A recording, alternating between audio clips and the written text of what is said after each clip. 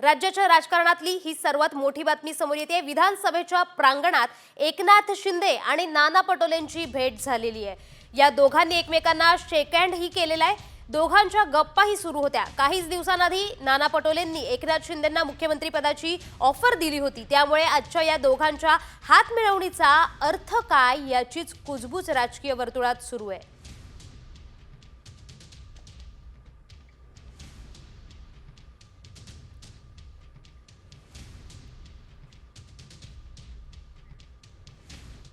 आता बातमी समोर येते दिशा सालियन प्रकरणी। दिशा सालियनच्या अंत्यविधी दरम्यानचे फोटो 5 वर्षांनंतर समोर आलेले आहेत। चेहऱ्यावर एकही जखम नसल्याचं आश्चर्य व्यक्त होतंय। दिशाचा मृत्यू आत्महत्या करून नव्हे तर तिची सामूहिक बलात्कार करून आणि हत्या केल्याचा आरोप आता 5 वर्षांनी केला जातोय। वडील सतीश सालियन यांनी हा आरोप केलेला आहे।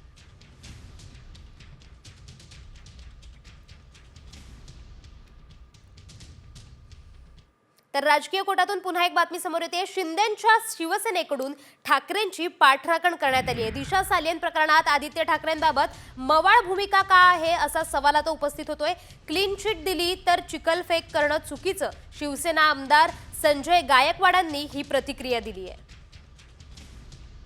आपल्यासोबत बोलण्यासाठी शिवसेनेचे आमदार संजय गायकवाड सर सोबत आहेत। सर, काय सांगाल? 5 वर्षानंतर दिशा सालियन प्रकरण बाहेर येतं, त्यांच्या आईवडील कोर्टात जातात आणि आदित्य ठाकरेवरती याचिकेतून आरोप करतात। तुम्ही कसं या याचिकेकडे बघता? तो त्या फॅमिलीचा वैयक्तिक निर्णय आहे आणि त्या प्रकारामध्ये CIDने पूर्णपणे सांगितलं की याच्यामध्ये कुठल्याही प्रकारचा राजकीय अँगल दिसत नाही। 14व्या माळ्यावरून पडून तिचा मृत्यू त्या ठिकाणी झालेला आहे आणि त्याच्यामुळे एखाद्या प्रकरणामध्ये सगळ्या यंत्रणा ज्या शासनाच्या आहेत त्या अशा प्रकारचा रिपोर्ट देतात। त्यामुळे कोणावरही चिखलफेक करणं किंवा कोणाला फसवणं मला तर योग्य वाटत नाही। मग आता आदित्य ठाकरेवरती जो आरोप झाला याचिकेतनं, तो योग्य असं वाटतं तुम्हाला? आता ज्यावेळेला पोलीस यंत्रणांनी त्यांना सगळ्यात क्लीन शीट दिली आहे तर मला वाटतं हायकोर्टाला याचिकेतून फार काही वेगळं बाहेर पडणार नाही। नितेश राणे साहेबांना ज्या पद्धतीनं उद्धव ठाकरेंनी मोठ्या राणे साहेबांसोबत छळ केलेला होता, त्यांना अटक केली, जेवत्या ताठून उठवलं, त्याच्यामुळे ते तर सोडणार नाही संधी मिळाल्यावर। म्हणजे ते मुद्दामून टीका करतात का? त्यांचा वैयक्तिक विषय आहे तो। खूप खूप धन्यवाद सर सामटेशी बातचीत केल्याबद्दल। कॅमेरामॅन अरविंद सर, मी सूरज मसूरकर, साम TV, मुंबई।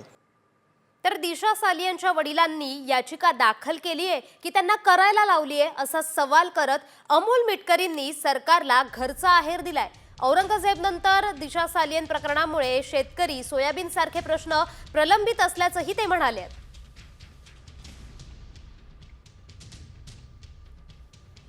2020चं माझ्या माहितीप्रमाणे प्रकरण आहे आणि आता 2025 आलंय। इतक्या वर्षानंतर परत हे प्रकरण पटलावर कसं आलं? आता तिच्या वडिलांना, म्हणजे ज्यांनी याचिका दाखल केली, त्यांना जर वाटत असेल की आपल्या मुलीला न्याय भेटला नाही तर इतके वर्ष मग त्याबद्दल शांतता का होती? आणि मला वाटत नाही की यामध्ये कुठं अशा प्रकारचा आरोप, आपण जोपर्यंत आरोप सिद्ध होत नाही तोपर्यंत आरोप करणं चुकीचं आहे। त्यामुळे आता चर्चा चालू आहेत की ते आदित्य ठाकरेंची चौकशी व्हावी। ठीक आहे ना, त्यांनी मागं पण सांगितलं की चौकशी करायची असेल तर नक्की करा, पण एखादा नाहक कोणी त्यात गुंतू नये। आणि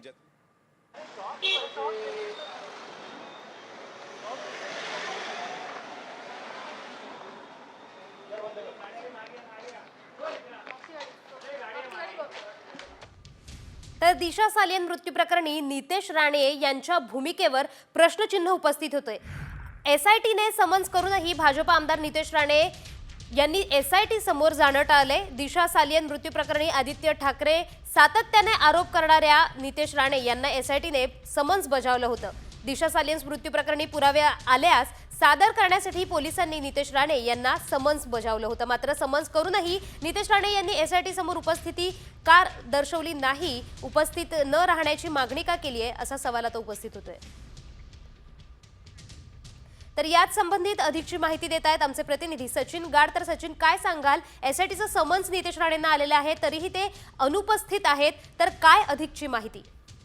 नक्कीच आपण बघतोय की नितेश राणे हे दिशा सालेन मृत्यू प्रकरणावरून त्यांनी सातत्याने आदित्य ठाकरे यांना लक्ष केलं होतं. एवढंच नव्हे तर आता नव्याने दिशा सालेनच्या वडिलांनी जी याचिका दाखल केलेली आहे त्यानंतर देखील त्यांनी आदित्य ठाकरे यांच्या राजीनाम्याची मागणी केलेली आहे. मात्र या संपूर्ण प्रकरणाचा तपास करण्यासाठी डिसेंबर 2023 साली SIT स्थापन केली होती आणि तेव्हा SITने नितेश राणे यांना समन्स केलं होतं आणि त्यांच्याकडे काही पुरावे असतील का तर ते सादर करण्यास सांगितलं होतं. मात्र नितेश राणे या समन्सला उपस्थित राहिले नाहीत. त्यांनी कधी पोलिसांसमोर जाणं हे टाळलं होतं. त्यामुळे एकीकडे मीडियामध्ये अशा प्रकारचे आरोप करायचे आणि जेव्हा पोलीस समन्स करतात तेव्हा जायचं नाही. त्यामुळे आता नितेश राणेंच्या भूमिकेवर देखील एक प्रश्नचिन्ह उपस्थित झालंय.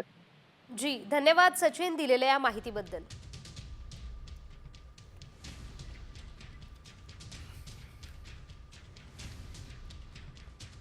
तर आता बातमी समोर येते खोक्या भोसले संदर्भात. खोक्या भोसलेला 14 दिवसांची न्यायालयीन कोठडी सुनावण्यात आली आहे. ढाकणे पिता पुत्र मारहाण प्रकरणी ही कोठडी सुनावण्यात आलेली आहे. शिरूर कासार कोर्टाकडून निकाल देण्यात आलाय. तर सतीश भोसले याला आता 14 दिवसांची न्यायालयीन कोठडी देण्यात आली आहे. ढाकणे पिता पुत्र याला मारहाण करण्यात आली होती आणि याच प्रकरणी आता सतीश भोसले उर्फ खोक्या भोसलेला 14 दिवसांची न्यायालयीन कोठडी सुनावण्यात आलेली आहे.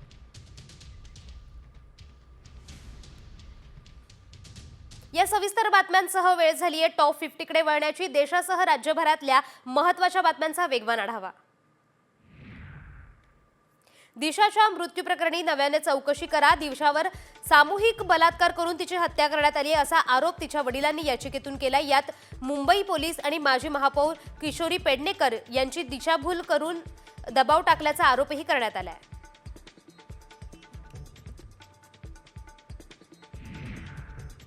मुंबई हायकोर्टात दाखल करण्यात आलेल्या याचिकेत दिशाच्या वडिलांनी ठाकरे गटाचे नेते आदित्य ठाकरे आणि किशोरी पेडणेकरांवर गंभीर आरोप केलेत. माजी महापौर किशोरी पेडणेकर यांनी दिशाभूल करून दबाव टाकल्याचा आरोप करण्यात आलाय.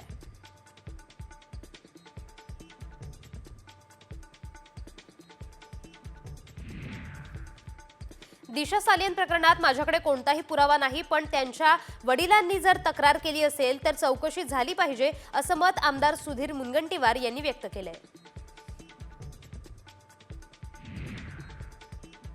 औरंगजेब प्रकरणातून मुक्तता मिळवण्यासाठी दिशा सालियन फाईल्स बाहेर काढण्यात आल्याचा आरोप संजय राऊतांनी केलाय. ठाकरे गटाला बदनाम करण्याच्या प्रयत्नामागे कोण आहे हे माहिती असल्याचा दावाही त्यांनी केलाय.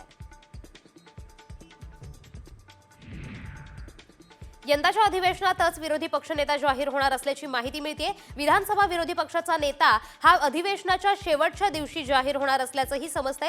मात्र अधिकृत विरोधी पक्ष नेते म्हणून पुढील अधिवेशनात भूमिका बजावण्यात येणार आहे. नागपूर दंगली प्रकरणी गणेशपेठ, कोतवाली आणि तहसील या तिन्ही पोलीस स्टेशनमध्ये मिळून 1250 संशयित आरोपींविरोधात 6 गुन्हे दाखल करण्यात आले. तर 200 जणांची ओळख पटवण्यात पोलिसांना यश आले. सीसीटीव्ही फुटेज, समाज माध्यमांवरील पोस्ट, मोबाईलमध्ये शूट झालेले व्हिडिओ यांच्या माध्यमातून ओळख पटवली जाते. नागपूर दंगलीनंतर सोशल मीडियावर एक भडकवणारी पोस्ट फिरवण्यात येते, ज्यात अभी तो सिर्फ अटॅक हुआ है असा भडकाऊ उल्लेख करण्यात आलेला आहे. या पोस्टच्या माध्यमातून चिथावणी देण्यात आल्याचा संशय पोलिसांना आहे. तपासात ही पोस्ट बांगलादेशी भागातून प्रसारित करण्यात आल्याचं समोर आलंय. त्यामुळे नागपूर पोलिसांनी याचा सखोल तपास सुरू केलाय.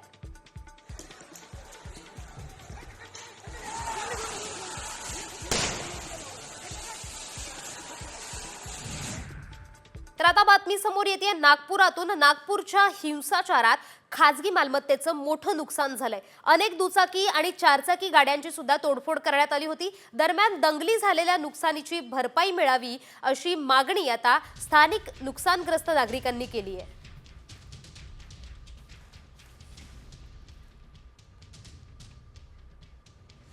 समोरचाही काच फोडला, मागचाही आणि हे बाजूचाही, तर एकूण मिळून तर 20-22 हजार रुपये तर खर्च लागलाच. आता काल आम्ही बसवलं तर मजुरी वगैरे सगळं मिळून, आणि ज्यांनी नुकसान केलं त्यांच्याचकडून भरपाई मिळायला पाहिजे असं मला तरी वाटतं. सरकारने यांनी गोंधळ घालायचा, सगळं करायचं आणि सरकारने भरायचा, म्हणजे ते तर आपल्याच जनतेच्याच खिशातून तो पैसा जातो. कर कलेक्ट करतात आपल्याकडनं, हे कुठल्या ना कुठल्या मार्गाने आपल्याचकडनं पैसा घेऊन तो आपल्याला देतो. त्याच्यापेक्षा ज्यांनी केलं त्यांच्याकडून हा वसूल झाला तर जास्त चांगलं होईल असं मला तरी वाटतं.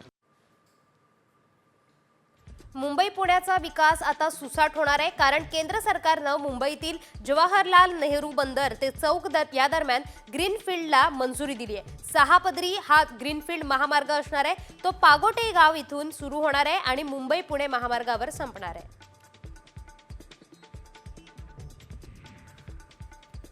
पुणे महापालिकेत नव्याने समाविष्ट झालेल्या 32 गावांसाठी पुढील आठवड्यात बैठक होणार आहे. शहरातील आमदार आणि वरिष्ठ अधिकाऱ्यांची बैठक होणार आहे. 32 गावांचा कोट्यवधींचा कर महापालिकेला मिळतोय, मात्र रस्ते, शुद्ध पाणी पुरवठा आणि ड्रेनेज नसल्याचा आरोप केला जातोय. या सर्व विषयांबद्दल बैठकीत चर्चा होणार आहे. IPS अधिकारी रश्मी करंदीकरांच्या अडचणीत वाढ होण्याची शक्यता आहे. रश्मी करंदीकरांना आर्थिक गुन्हे शाखेनं दुसऱ्यांदा समन्स बजावलंय. रश्मी करंदीकरांच्या पतीवर आर्थिक घोटाळ्याचे 2 गुन्हे दाखल आहेत. तेव्हा पती आणि पत्नीमधल्या आर्थिक व्यवहारासंदर्भात चौकशी करण्यासाठी रश्मी करंदीकरांना समन्स बजावण्यात आलंय. मंत्रालयीन अधिकाऱ्यांच्या दिमतीला महापालिकेची वाहनं असल्याची धक्कादायक माहिती सकाळच्या हाती लागली आहे. मंत्रालयातल्या नगरविकास विभाग आणि इतर विभागातील अधिकाऱ्यांना MMR परिसरातील महापालिका वाहनं पुरवित असल्याची माहिती आहे. IPS अधिकारी रश्मी करंदीकर यांना आर्थिक गुन्हे शाखा दुसऱ्यांदा समन्स बजावण्याच्या तयारीत आहे. करंदीकरांचे पती पुरुषोत्तम चव्हाण यांच्या विरोधात फ्रॉड संदर्भातील 2 गुन्हे दाखल करण्यात आलेत. तेव्हा पती पत्नीमधील आर्थिक व्यवहारासंदर्भात चौकशीसाठी हे समन्स बजावण्यात येते. बदलापूर लैंगिक अत्याचार प्रकरणातील आरोपी अक्षय शिंदेच्या मृत्यूबाबत ठाकरे छत्र न्यायालयात सुरू असलेल्या संपूर्ण कार्यवाहीला सरकार आव्हान देणार आहे. राज्य सरकारने बुधवारी मुंबई उच्च न्यायालयात तशी माहितीच दिली आहे. दंडाधिकारी अहवालामध्ये 24 वर्षीय आरोपी अक्षय शिंदेच्या मृत्यूसाठी 5 पोलिसांना जबाबदार धरलं होतं.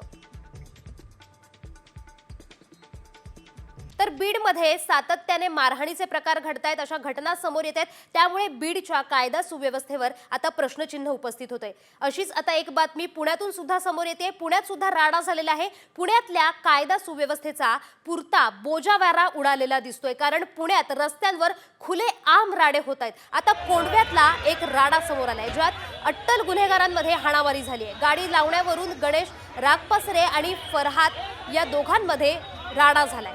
गाडीतली हत्यारं बाहेर काढत एकमेकांवर वार यावेळी करण्यात आले.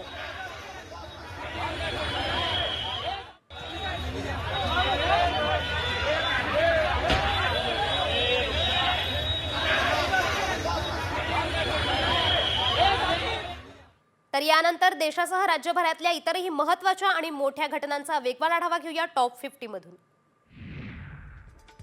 मुंबईला 238 नवीन लोकल ट्रेन मिळणार आहेत. गर्दीच्या समस्येवर तोडगा काढण्यासाठी केंद्राने हा निर्णय घेतलाय. अश्विनी वैष्णव यांनी लोकसभा अधिवेशनात या संदर्भात अधिकृत घोषणा केली आहे. या निर्णयामुळे प्रवाशांचा प्रवास अधिक सोयीस्कर होणार आहे.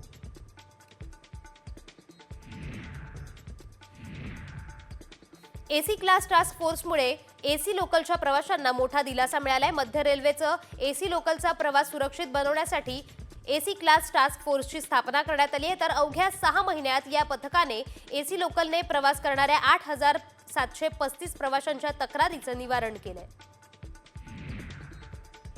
मुंबईतील वरळीच्या कोस्टल रोडवरून उडी मारून एका 30 वर्षीय तरुणाने आत्महत्या केली आहे. पोलिसांनी दिलेल्या माहितीनुसार मृत तरुण नैराश्याने ग्रस्त होता, मात्र आत्महत्येचं नेमकं कारण अद्याप समजलेलं नाहीये. चहल धनश्रीच्या घटस्फोटावर आज निर्णय होणार आहे. कोर्टाच्या आदेशानुसार युजवेंद्र चहल धनश्री वर्माला 5.5 कोटी रुपयांची पोटगी देणार आहे, ज्यापैकी चहलने 2.37 कोटी रुपये आधीच धनश्रीला दिले आहेत.